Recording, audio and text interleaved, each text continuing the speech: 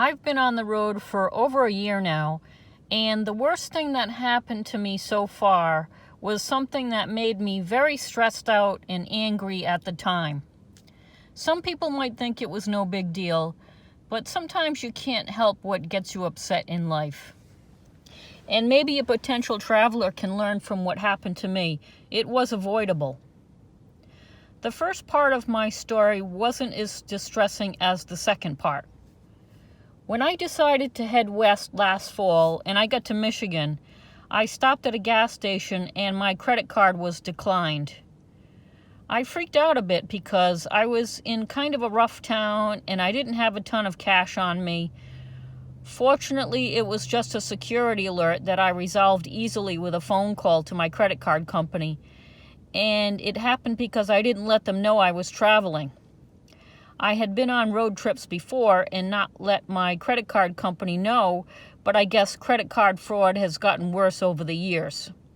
So anyone out there about to travel more than a few hundred miles from home needs to let their credit card company know.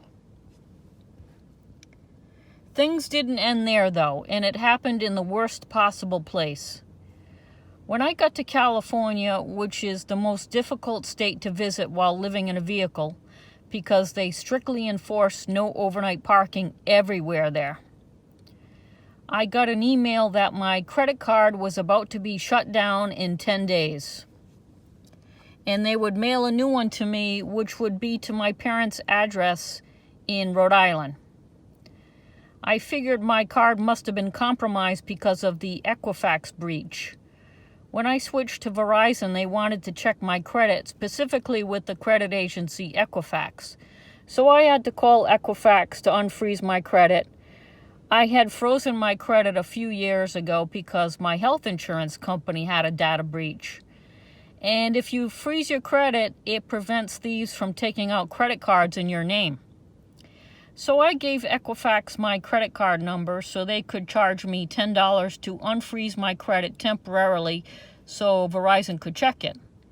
And when Equifax had a breach, that put my credit card at risk and it would need to be replaced. Now, this would not have been a big deal if I had another card to use, but that was my only card. I've only ever had one credit card, and I think that's helped me stay out of debt most of my adult life. But when I hit the road, I didn't take a lot of cash with me. I only needed cash for laundry and toll booths. So the thought of having to take out a large cash advance and walk around with a wad of cash and pay for everything in cash made me stressed out. I had actually stopped using cash years earlier, and I didn't even know how to do a cash advance or use an ATM or anything cash related. I feel that it's unsafe to carry a lot of cash, especially while traveling. And the thought of inconveniencing my parents by having them wire cash regularly so I wouldn't have to carry a lot of cash was also something I didn't want to do.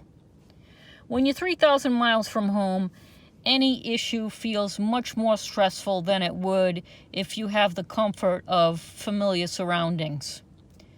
So I called the credit card company and alternated between angry tirades and pleading with them not to cancel my credit card.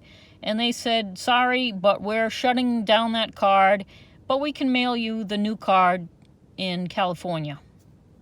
Meanwhile, I was in the worst possible place in the middle of California in the Pismo Beach area.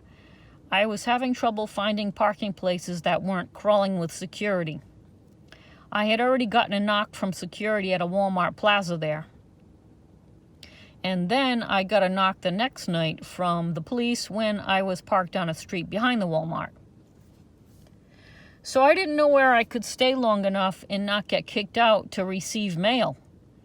And I don't trust the U.S. Postal Service, which is what the credit card company wanted to use to send me my new card. I didn't trust the customer service of the credit card company either to not screw something up. So I decided to have the credit card sent to my address at my parents' house and have my parents FedEx it to me in the Pismo Beach area. Having my parents send it to me gave me more control over when, where, and how to send it. And I trusted them not to screw anything up. Luckily, in the meantime, I found a street in Pismo Beach that seemed safe for me to park for the 10 days. It was a noisy street, but I had to tolerate it.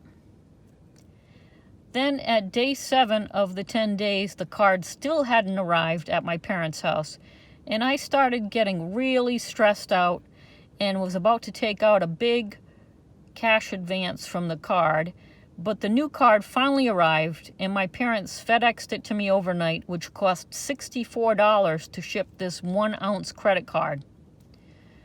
The credit card company ended up giving me some thank you points for a partial reimbursement. And of course, since then, I got a second card that I now travel with. I will never again travel with just one credit card. Caravan Carolyn, who travels in a van, had a similar situation where she must have had only one card, and she chose to drive back home to Washington State to get her replacement card after some criminal activity appeared on her account, but she was only a few states away from home. So the moral of the story for anyone preparing to get on the road is to have more than one credit card and let them know that you'll be traveling. And maybe even ask a friend or a family member, if something happens, can I count on you to wire me cash? Just being mentally prepared for something like this might prevent the kind of freaking out that I did. Hopefully it remains the worst thing that happens to me on the road, because in hindsight, it really wasn't that big of a deal.